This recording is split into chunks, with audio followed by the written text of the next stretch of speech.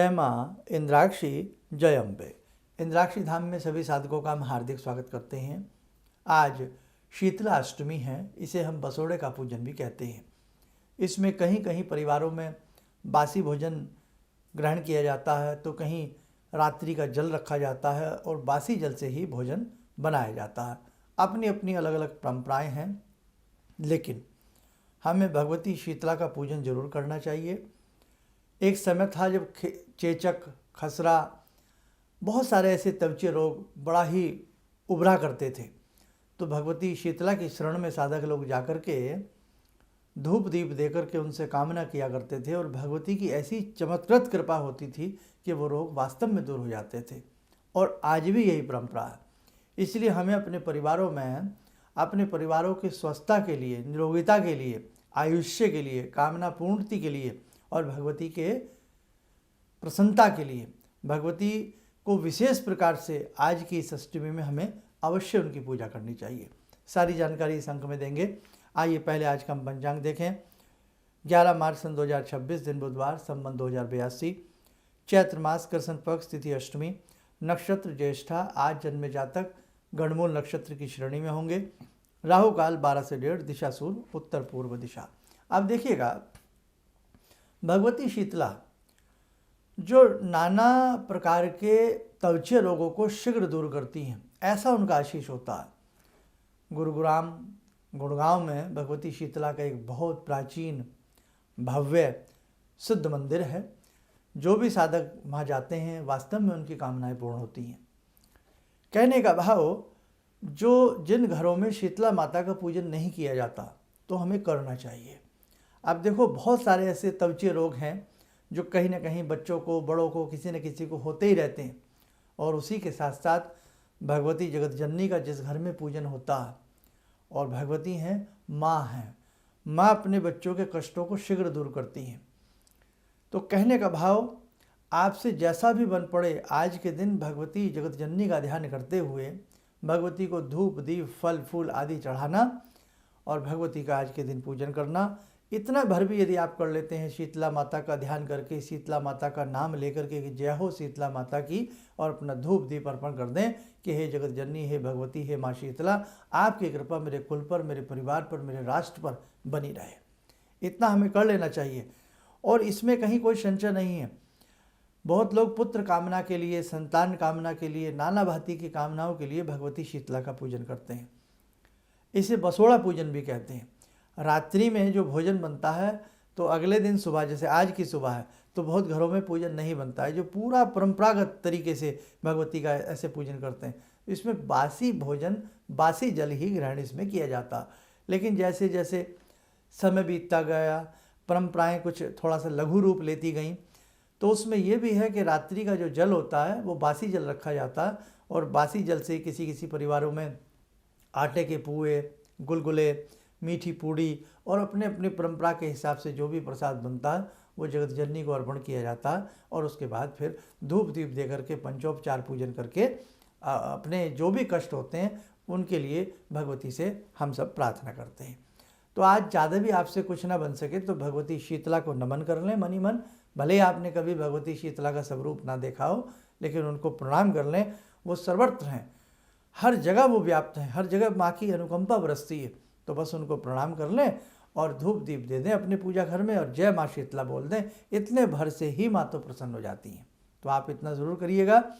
और इसी के साथ साथ ध्यान रखें, आज अष्टमी है।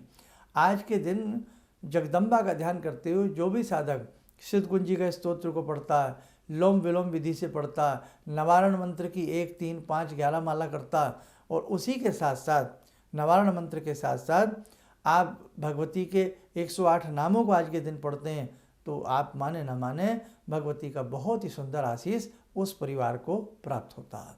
और वैसे भी ये चैत्र का महीना है, हम नूतन वर्ष में प्रवेश करने वाले हैं।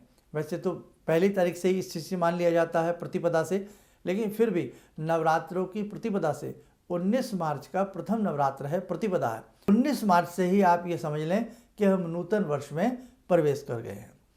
और साथ ही जगत जननी के नवरात्र हैं और ये चैत्रीय नवरात्र हैं, वासंतिक नवरात्र हैं। इनमें भगवती की नाना भांति से सुंदर सुंदर प्रकार से अनुष्ठान किए जाते हैं, कन्या पूजन की जाती है और नाना भांति से साधक भगवती जगत जननी का इसमें पूजन करते हैं।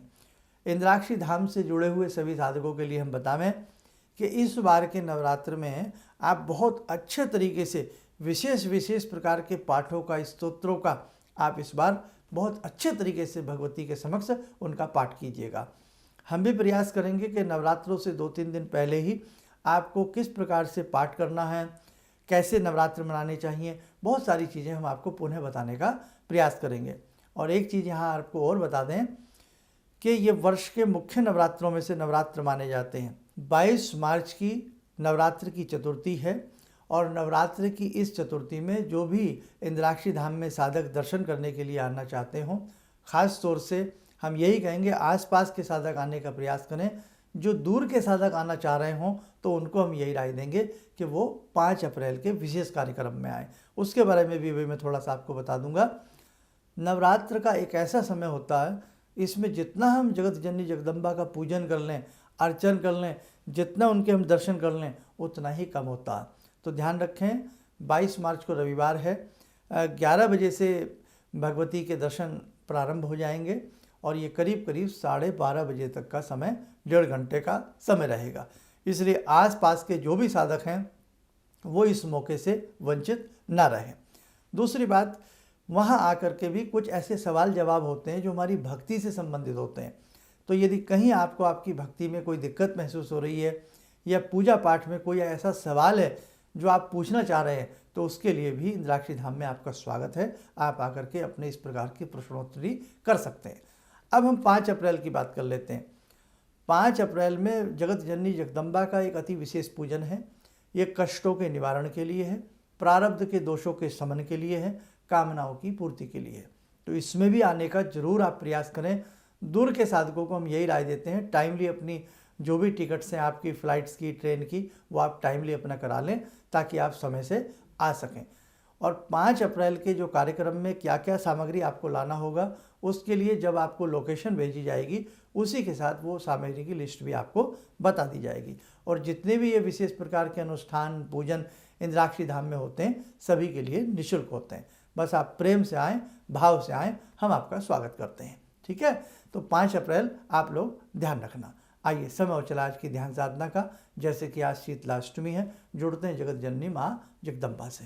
ओम सिंदूरारुण विग्रहां त्रिनयनां माणिक्यमूले स्फुरात् स्तारानायक शेखरं स्मितमुखी बापेन वक्षोरुवां पाणिभ्यामलपूर्णरत्नचषकां रत्नोत्परां बिभ्रति सौम्यां रत्नगटस्थरक्तचरणां ध्यायेत्परां अम्बिकां खड्गं चक्रगदेषु चापपरिगान् शूलम्बुशुण्डिं शिरा शङ्खं संदधतीं करे स्त्रीनयनां सर्वाङ्गभूषावृतां नीलासमद्युतिमास्य पाददशकां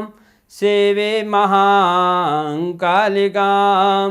यामास्तो स्वपितैहरो कमलजो हन्तुं मधुं कैटवम् विद्युद्दाम समप्रभां मृगपते स्कन्दस्थितां भीषणां कन्या विहकरवालखेटविलसा धस्ताविरासेवितां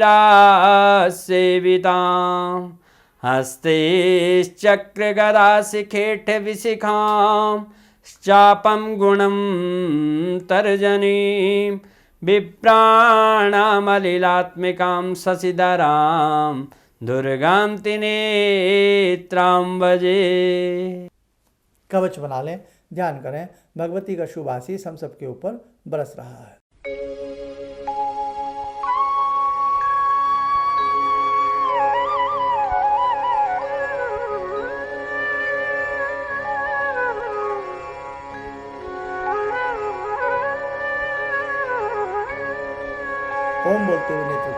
सामान्य हो जाए।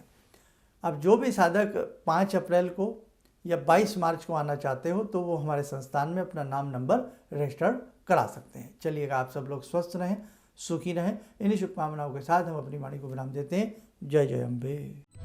किसी भी समस्या के समाधान के लिए मिले प्रसिद्ध हस्तरेखा एवं वास्तु विशेषज्ञ प्रोफेसर धर्मेंद्र शर्मा जी से।